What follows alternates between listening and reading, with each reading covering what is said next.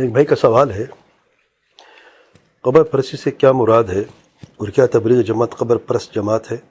ایک تبلیغی جماعت کے عالم کہہ رہے تھے کہ تبلیغی جماعت تو قبر پرستی کے خلاف ہے، کیا ان کی یہ بات درست ہے؟ پھر اس اور بھی سوال ایک کچھ دن پہلے آیا تھا کہ آپ لوگوں نے تبلیغی جماعت کے خلاف باتیں کی ہیں، برا بھلا کہا ہے۔ یہ جماعت بہت اچھا کام کر رہی ہے، یہ لوگوں کو توحید کی دعوت دیتے ہیں، بلکہ توحید ان کے جو نصاب ہے تبلیغ، ان کی بنیادی تعلیمات میں سے ایک اساسی نقطہ ہے جس کو اٹھاتے ہیں۔ ظاہر ہے جب وہ توحید کے لوگوں کو سبق دیتے ہیں تو شرک سے تو منع ہی کرتے ہیں نا، تو اب کس طریقے سے ان کو برا بھلا کہتے ہیں؟ پہلی بات یہ ہے کہ شرک کہتے کس چیز کو ہے؟ ان لوگوں نے شرک کو سمجھا کیسے ہے؟ قبر پرستی ہوتی کیا ہے؟ جب دیکھیں ایک چیز کا مفہوم آپ کے نزدیک کچھ اور ہو، میرے نزدیک کچھ اور ہو، پھر تو ہر بات اپنے مفہوم کے مطابق ہی بات کرے گا۔ حقیقت وہ نہیں جو آپ سمجھتے ہیں میں سمجھتا ہوں۔ حق صرف وہ نہیں ہے جو کوئی بھی سمجھ سکتا ہے، حق کے اصول ہے، حق دلائل کی روشنی میں بیان کیا جاتا ہے، اور دلائل جو ہے قرآن اور سنت ہے، ہمارے نزدیک اجماع ہے۔ قرآن اور سنت کی روشنی میں توحید کا معنی کیا ہے اور شرک کسے کہتے ہیں، اگر آپ اس پر ہمارا اتفاق ہو جاتا ہے اس مفہوم میں تو بات ہی ختم ہے۔ جب آپ اس پہ اختلاف کرتے ہیں تو پھر ٹھوکریں لگتی ہیں، پھر غلطیاں بھی ہوتی ہیں، پھر یہ غلطیاں جب عام ہو جاتی ہیں پھر غلطی نہیں رہتی، کیونکہ وہ ایک عادت سی بن جاتی ہے اور لوگ اسی پرواہ بھی نہیں کرتے۔ تو پہلی بات یہ ہے کہ جو تبلیغ جماعت کے نزدیک جو مفہوم ہے توحید کا وہ کیا ہے؟ میں چھوٹی سی یعنی عام لفظوں میں بات کرتا ہوں۔ وہ کیا کہتے ہیں؟ سب کچھ اللہ تعالیٰ سے ہونے کا یقین، غیر اللہ سے کچھ بھی نہ ہونے کا یقین۔ یہ توحید کا لب لباب ہے ان کے نزدیک نا۔ میرا سوال یہ کون سی توحید ہے؟ کیا یہ وہ توحید ہے جس توحید کا پیغام اللہ تعالیٰ نے اپنے پیغمبر علیہ السلام کو دیا ہے اپنی امت تک پہنچانے کے لیے؟ کیا یہ وہ توحید ہے جس کے اللہ تعالیٰ نے اپنی کتابیں نازل کی ہیں یہ بنیادی پیغام دے کے؟ غور کریں، سب کچھ اللہ تعالیٰ سے ہونے کا یقین، غیر اللہ سے کچھ بھی نہ ہونے کا یقین، ہم بھی مانتے ہیں، حق بات غلط نہیں ہے۔ سوال یہ کہ یہی توحید ہے اصل، یہ بنیادی اور اساسی وجہ ہے انبیاء کی بعثت کی اور کتابوں کو نازل کرنے کی؟ یہ فرق ہے دونوں میں۔ یہ توحید جو ہے جس کا ذکر کر رہے ہیں کہ سب کچھ اللہ تعالیٰ سے ہونے کا یقین، غیر سے کچھ بھی نہ ہونے کا یقین، یہ کیا ہے؟ توحید ربوبیت ہے، یعنی اللہ تعالیٰ خالق ہے، مالک ہے، تدبیر کرنے والا ہے، نفع نقصان کا مالک ہے، مشکل کشا ہے، حاجت روا ہے، جو کچھ بھی ہو رہا ہے وہ اللہ تعالیٰ کے حکم سے ہو رہا ہے۔ سب کچھ اللہ تعالیٰ سے ہونے کا یقین، خیر ہے، شر ہے، تکلیف ہے، درد ہے، بھلائی ہے، اچھا ہے، جو کچھ بھی ہے سب کچھ اللہ تعالیٰ سے ہونے کا، غیر اللہ سے کچھ بھی ہونے کا یقین۔ جس نے پیدا کیا ہے وہی سب کچھ اسی کی طرف سے ہے، جو پیدا نہیں کرتا اس کو کوئی عمل دخل نہیں ہے، غیر اللہ سے کچھ بھی نہ ہونے کا یقین۔ سبحان اللہ۔ آپ قرآن مجید دیکھ لیں، آپ تمام انبیاء کی دعوت کیا ہے؟ وَلَقَدْ بَعَثْنَا فِي كُلِّ أُمَّةٍ رَسُولًا أَنِ اعْبُدُوا اللَّهَ وَاجْتَنِبُوا الطَّاغُوتَ۔ اور قرآن مجید میں ایک جملہ بھی یاد رکھیں، جتنی بھی انبیاء کا ذکر آیا ہے، ہود علیہ السلام جب اپنی قوم عاد کی طرف بھیجے گئے کیا پیغام تھا؟ اعبدوا اللہ ما لکم من الہ غیرہ، ایک اللہ کی عبادت کرو، اللہ کے ساتھ تمہارا کوئی معبود نہیں ہے، ایک سچا معبود ہے، ٹھیک ہے نا؟ صالح علیہ السلام اپنے قوم ثمود کے لیے کیا پیغام ہے؟ ان اعبدوا اللہ ما لکم من الہ غیرہ۔ اسی طریقے سے جتنی بھی انبیاء کا ذکر ہے ایک بنیادی پیغام ہے۔ چلو یہ تو پتہ چل گیا کہ بنیادی پیغام یہ ہے، اور توحید کی یہ صحیح معنی ہے۔ شرک کا معنی کیا ہے؟ صرف بتوں کی عبادت کو شرک کہا جاتا ہے، یا قرآن اور سنت میں بت پرستی کو بھی شرک کہا گیا ہے، قبر پرستی کو بھی شرک کہا گیا ہے، غیر اللہ سے مانگنے والے کو مدد مانگنا یا دعا یا پکار یا کوئی بھی عبادت کرنا یا کوئی بھی عبادت صرف کر غیر اللہ کے لیے شرک کہا گیا ہے۔ دیکھیں، بت کو پکارنے والا بھی مشرک ہے، نبی کو پکارنے والا بھی مشرک ہے، اولیاء کو پکارنے والا بھی مشرک ہے، کیونکہ وجہ کہ عبادت، کیونکہ دعا عبادت ہے، الدعاء هو العبادہ، دعا ہی عبادت، جیسے ترمذی کی حدیث میں ہے، آپ صلی اللہ علیہ وسلم فرماتے ہیں جب دعا عبادت تو عبادت حق کس کو ہے؟ صرف اللہ کو ہے۔ دیکھ، نماز کس کے لیے پڑھتے ہیں ہم؟ صرف اللہ کے لیے، روزہ صرف اللہ کے لیے، کیونکہ نماز اور روزہ عبادات ہیں۔ دعا بھی عبادت ہے، وہ کس طریقے سے اللہ کے لیے بھی جائز ہے، غیر اللہ کے لیے بھی جائز ہے، کیسا ممکن ہے؟ تو قاعدہ تو ہے کہ عبادت ہے تو صرف اللہ کا حق ہے عبادت کا، یہ قاعدہ ہے نا۔ تو شرک کیا ہے؟ غیر اللہ کی عبادت کرنا۔ ٹھیک، اب آتے ہیں، کہتے ہیں کیا تبلیغ جماعت قبر پرستی نہیں کرتی ہے، یہ کہتے ہیں۔ اور جب میں نے کوئی بات کی ہے، میں اپنی بات کرتا ہوں، میں نے کبھی الحمدللہ کسی شخص یا کسی جماعت کی اگر بات کی ہے تو دلیل پہلے بیان کی ہے، الحمدللہ، اللہ کا کرم ہے۔ کوئی مجھے دکھا دے جہاں پر میں نے بغیر دلیل کی کوئی بات کی ہو۔ اور تبلیغ جماعت کے تعلق سے تقریباً 20 میں نے قصور بیان کیے ہیں، تبلیغ جماعت کے قصور جو ہیں ایک نہیں 20، اور ان کی کتابوں سے حوالے دے کے۔ اب کہتے ہیں کہ تبلیغ جماعت قبر پرست جماعت نہیں ہے، یہ بات سچی ہے؟ ان کی کتاب سے حوالہ دیتا ہوں، یہ دیکھتے ہیں۔ فضائل حج میں صفحہ نمبر اس لیے نہیں بتاؤں گا کیونکہ ان کی جو مختلف ایڈیشن سے صفحہ نمبر آگے پیچھے ہو جاتے ہیں، پھر کہتے دیکھیں تو وہ حوالہ ہے ہی نہیں۔ میں قصے ان کے بڑے معروف ہیں۔ تو فضائل حج میں معروف قصہ ہے، لمبا قصہ ہے۔ صوفی ابو عبداللہ محمد بن زرعہ فرماتے ہیں کہ میں اپنے والد اور ابو عبداللہ بن خدیف کے ساتھ مکہ مکرمہ حاضر ہوا، بڑی سخت تنگی تھی، فاقہ بہت ہو گیا تھا۔ آگے آخر میں کہتے ہیں حضور اقدس صلی اللہ علیہ وسلم کی زیارت آپ وسلم، یعنی حضور اقدس صلی اللہ علیہ وسلم کی زیارت کی، آپ صلی اللہ علیہ وسلم نے میرے ہاتھ میں چند درہم رکھ دیے، ہاتھ کھولا تو اس میں درہم رکھے ہوئے تھے، یعنی آپ صلی اللہ علیہ وسلم قبر میں گئے، شدید فاقہ تھا، تکلیف تھی، پھر مراقبے میں بیٹھ گئے، اور پھر آپ صلی اللہ علیہ وسلم کی زیارت ہوئی اس مراقبے میں، ٹھیک ہے، اور آپ صلی اللہ علیہ وسلم چند درہم دیے، اور پھر جب ہاتھ کھولا تو درہم ہاتھ میں تھے۔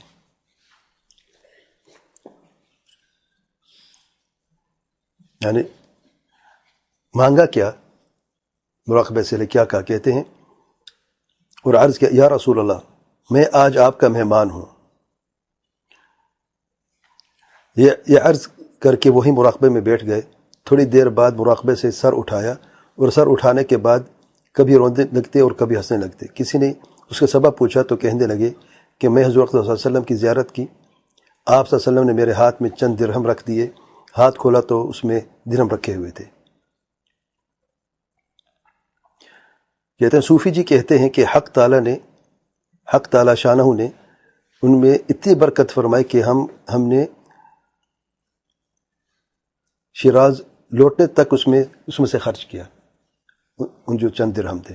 تو یہ پہلا حوالہ یہ ہے کہ وہ کہتے قبر پرستی نہیں کرتے، اللہ تعالیٰ کے پیارے پیغمبر صلی اللہ علیہ وسلم کہ جا کر کہ میں آپ کا مہمان ہوں، اور آپ صلی اللہ علیہ وسلم سے مانگنا جو ہے، شدید فاقہ تھا، شدید تنگی تھی، تو کیا قبر پرستی میں شامل نہیں ہے؟ دوسری مثال دیکھیں آپ، فضائل حج میں کہتے ابن جلا کہتے ہیں کہ میں مدینہ طیبہ حاضر ہوا، مجھ پر فاقہ تھا، میں قبر شریف کے قریب حاضر ہوا اور عرض کیا کہ حضور صلی اللہ علیہ وسلم میں آپ کا مہمان ہوں، مجھے کچھ غنودگی سی آ گئی تو میں نے حضور صلی اللہ علیہ وسلم کی زیارت کی۔ حضور اقدس صلی اللہ علیہ وسلم نے مجھے ایک روٹی مرحمت فرمائی، میں نے آدھی کھائی، اور جب میں جاگا تو آدھی میرے ہاتھ میں تھی۔ روٹی کا مانگنا۔ اچھا، فضائل صدقات میں دیکھیں، کہتے ہیں شرک کے تعلق سے ذرا خطرناک بات سنیں۔ کہتے ہیں لہٰذا کسی مدح و ذم کی پرواہ نہیں، رس اور ذم اور مادح کو دور جانتا ہوں، اور معصیت کی طبعاً نفرت اور اطاعت کی طبعاً رغبت پیدا ہو گئی ہے، اور یہ اثر اسی نسبت یاداشت بے رنگ ہے جو مشکات انور حضرت سے پہنچی ہے، بس زیادہ عرض کرنا گستاخی اور شوخ چشمی ہے۔ یا اللہ معاف فرمانا کہ حضرت کے ارشاد سے تحریر ہوا ہے، ذرا سنیں کیا تحریر ہوا ہے. کہتے جھوٹا ہوں، کچھ نہیں ہوں، تیرا ہی ذل ہے، تیرا ہی وجود ہے، میں کیا ہوں، کچھ نہیں ہوں، اور جو میں ہوں وہ تو ہے، اور میں تو خود شرک در شرک ہے، اور میں اور تو شرک در شرک ہے. پھر کہتے استغفر اللہ استغفر اللہ استغفر اللہ لا حول ولا قوت الا باللہ. اب عرض سے معذور فرما کر قبول فرما دیں. والسلام 1306 ہجری الاخر ہی. اب یہ الفاظ دیکھیں آپ، یہ بھی فضائل صدقات میں ہے. یعنی یہ عقائد جو ہیں، میں نے کسی تیسری چوتھی کتاب کا نام نہیں لیا ہے. یہ وہ کتابیں جو تبلیغ جماعت والے ساتھی جو اپنے آستین میں اٹھا کے چلتے پھرتے لوگوں کو الگ گھروں میں یہ کتابیں کھول کے پڑھ کے بھی سناتے ہیں. پھر کہتے ہیں دیکھیں شرک کی بات نہیں کرتے. اچھا کفر عقائد دیکھیں، کہتے کفر عقائد کی بات ہم کرتے ہیں، ہم پر صرف الزام تراشی کرتے ہیں. فضائل ذکر میں دیکھیں آپ، وحدت الوجود کے تعلق سے، وحدت الحلول کے تعلق سے فضائل ذکر میں کہتے ہمارے حضرت مولانا شاہ عبد الرحیم کے صاحب رائے پوری نور مرقدوں کے خدام میں ایک صاحب تھے جو کئی روز اس وجہ سے استنجا نہیں جا سکتے تھے کہ ہر جگہ انوار نظر آتے تھے. ہر جگہ کا انوار نظر آنا. یہ کیا انوار تھے جو استنجا نہیں کر سکتے تھے؟ کون سے انوار تھے؟ وہ خود کہتے انوار الہی، اللہ تعالیٰ کا نور ہر جگہ نظر آتا ہے، اللہ تعالیٰ ہر جگہ موجود ہے. اعوذ باللہ. اچھا ایک اور کتاب لیتے ہیں ان کی، کہتے شمائم امدادیہ صفحہ نمبر 34 حصہ اول میں کہتے ہیں اس مضمون سے معلوم ہوا کہ عابد و معبود میں فرق کرنا شرک ہے. نعوذ باللہ. کلیات امدادیہ صفحہ نمبر 18 ضیاء القلوب میں کہتے ہیں اس کے بعد اس کو ہو کے ذکر میں اس قدر منہمک ہو جانا چاہیے کہ خود مذکور یعنی اللہ ہو جائے، وہ فنا در فنا کا یہی معنی ہے. کلیات امدادیہ صفحہ نمبر 35 سے 36 ضیاء القلوب میں کہتے ہیں اس مرتبہ میں خدا کا خلیفہ ہو کر لوگوں کو اس تک پہنچاتا ہے، اور ظاہر میں بندہ اور باطن میں خدا ہو جاتا ہے.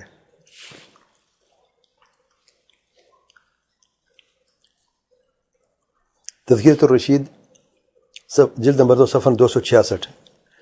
یہ بھی ایک لمبا قصہ ہے کہ شاہ شہاب الدین سروردی کے تعلق سے جب اپنے شیخ سے بیعت کی اور ذکر میں مشغول ہوئے تو شیخ صاحب نے انہیں کہا کہ مختلف خادموں کو بلا کر انہیں ایک امتحان لینا چاہا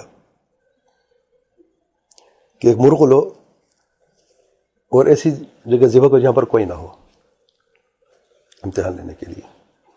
تو گئے جو باقی تھے تو سب نے مرغہ ذبح کیا سوائے اس شخص کے، مرغہ ذبح نہیں کیا. تو واپس آئے تو پوچھا بھائی تم نے ذبح کیوں نہیں کیا؟ انہوں نے نہایت ادب سے عرض کیا کہ آپ کا حکم تھا کہ جہاں کوئی موجود نہ ہو وہاں ذبح کیا جاوے، اور مجھے کوئی جگہ ایسی ملی نہیں جہاں حق تعالی موجود نہ ہو.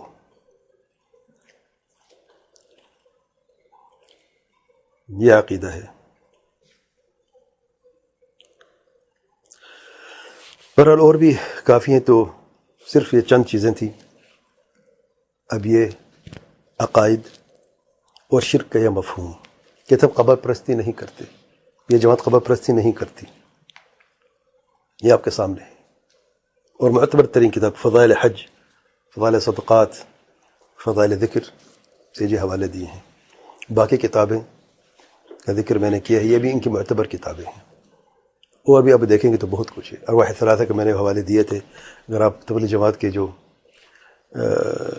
قصور میں نے بیان کیے وہاں پہ آپ دیکھ سکتے ہیں. تو حق بات یہ ہے کہ آپ تعصب کو اپنے دل سے نکالیں اور اس پٹے کو اتار دیں، اور دلائل کو جو ہے نا حق کی نگاہ سے خلوص دل کے ساتھ دیکھیں. واللہ سب کچھ واضح ہے. اگر آپ کے اندر یہ توحید کا صحیح معنی آپ کے دل میں نہیں اترے گا تو آپ کسی دعوت بھی نہیں دے سکتے. اگر آپ نے شرک کو صحیح نہیں سمجھا تو آپ سمجھائیں گے کیا؟ جس کی آپ کہتے ہیں ہم قبر پرستی نہیں کرتے، آپ قبر پرستی کو سمجھا کہ قبر پرستی کہتے کسے ہیں؟ یعنی اگر کوئی شخص کسی قبر میں جاتا ہے اور وہ اس سے مانگتا ہے، غیر اللہ ہے کہ نہیں؟ غیر اللہ سے مانگنا دعا عبادت ہے نا. غیر اللہ سے مانگنا شرک ہے کہ نہیں؟ آپ قبر میں جا کے کسی سے مانگتے ہیں اور یہاں پر واضح مثال ہے کہ آپ صلی اللہ علیہ وسلم قبر میں گئے اور وہاں سے عرض کی کہ میں بھوکا ہوں، میں تنگی کی حالت ہے، یہ مانگنا ہے کہ نہیں ہے؟ سبحان اللہ۔ اور پھر یہ نہیں ہے کہ ایک خواب تھا، مراقبہ کی وجہ سے ایک خواب تھا، نہیں، آنکھ کھولی تو آدھی روٹی ہاتھ میں ہے، درہم ہاتھ میں ہے، یعنی حقیقتاً آپ یہ ثابت کر رہے ہیں کہ آپ صلی اللہ علیہ وسلم سے مانگیں، وفات کے بعد مانگیں، اور آپ صلی اللہ علیہ وسلم دیتے بھی ہیں۔ تو کیا کہا جا سکتا ہے؟ اللہ تعالیٰ سب پہ رحم فرمائے، اور ان بھائیوں کو اللہ تعالیٰ ہدایت دے، اور یہ محض اللہ کا فضل و کرم ہے واللہ کہ کوئی شخص یا کوئی گروہ حق کو سمجھے اور اس پر عمل بھی کرے، پھر اس کی طرف دعوت دے۔ دعوے تو بہت ہیں، دعوے دار بہت ہیں، وہ گروہ بھی بہت ہیں، بے انتہا گروہ ہیں، لیکن ایک ہمیشہ یاد رکھے، اصول جو ہیں اللہ تعالیٰ کے پیارے پیغمبر صلی اللہ علیہ وسلم نے فرمایا ہے۔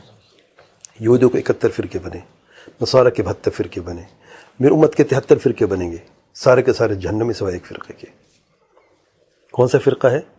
فرمایا علما انا علیہ واصحابی، اس پر میں میرے صحابہ ہیں۔ دوسری روایت میں الجماعہ، جماعت ہے، اہل سنت والجماعت کا طریقہ دیکھ لیں آپ، اللہ تعالیٰ کے پیار پیغمبر صلی اللہ علیہ وسلم کے دعوت کا طریقہ دیکھ لیں۔ توحید کا مفہوم کیا بیان فرمایا ہے، شرک جسے آپ صلی اللہ علیہ وسلم نے منع فرمایا ہے، خبردار کیا پوری امت کو، اس کا کیا مفہوم تھا، صحابہ نے کیسے سمجھا ہے، سلف نے کیسے سمجھا ہے، اور آج ہم کیا سمجھ رہے ہیں؟ یہی اختلاف ہے ہمارا۔ آپ سلف کے راستے پہ آ جائیں، توحید صحیح سمجھنے کا حق ادا کریں، شرک کو صحیح سمجھیں، دعوت دیں، آپ کے ساتھ ہیں۔ لیکن آپ اپنا مفہوم نکالیں، غلط مفہوم نکالیں اور اس پر ڈٹے رہیں، اور حق کو آپ پس پش ڈال دیں اور کہیں نہیں ہم حق پر ہیں، آپ غلطی پر ہیں، آپ باطل پہ ہیں، اس طریقے سے تو کام نہیں چلے گا۔ ہمارے نزدیک جو ترازو وہ کیا ہے؟ قال اللہ وقال رسول اللہ صلی اللہ علیہ وسلم بفہم سلف الصالح، اللہ تعالیٰ کا فرمان ہے، آپ علیہ وسلم کا ارشاد ہے، صحابہ اور سلف کی سمجھ کے مطابق ہے۔ اگر وہ آپ کے پاس ہے تو ہم آپ کے ساتھ ہیں، اگر وہ ہمارے پاس ہے تو پھر آپ کو ہمارے ساتھ ہونا چاہیے۔ یہ ہرگز نہیں ہو سکتا کہ دونوں ضد ہیں، کہ آپ جو دعوت جس کا ذکر کر رہے ہیں اور قبر پرستی کی، یعنی عجب بات ہے کہ صرف قبر پرستی کے مخالف ہیں، خود کرنے والے بھی اور مخالف کیسے ہیں پھر؟ دیکھیں نا تضاد ہے کہ نہیں؟ ہم اگر منع کرتے ہیں تو الحمدللہ حق پہ ادا کرتے ہیں، خود بھی دور رہتے ہیں، لوگوں کو خبردار کرتے ہیں، عمل بھی کرتے ہیں، لوگوں کو بھی خبردار کرتے ہیں۔ لیکن ایک ایسی دعوت ہے، خود جس بیماری میں مبتلا ہیں نعوذ باللہ، دوسروں کو بھی کہتے کہ دیکھیں ایسی بات نہیں ہے۔ اللہ اعلم، سبحانک اللہم وبحمدک، اشہد ان لا الہ الا انت، استغفرک واتوب الیک۔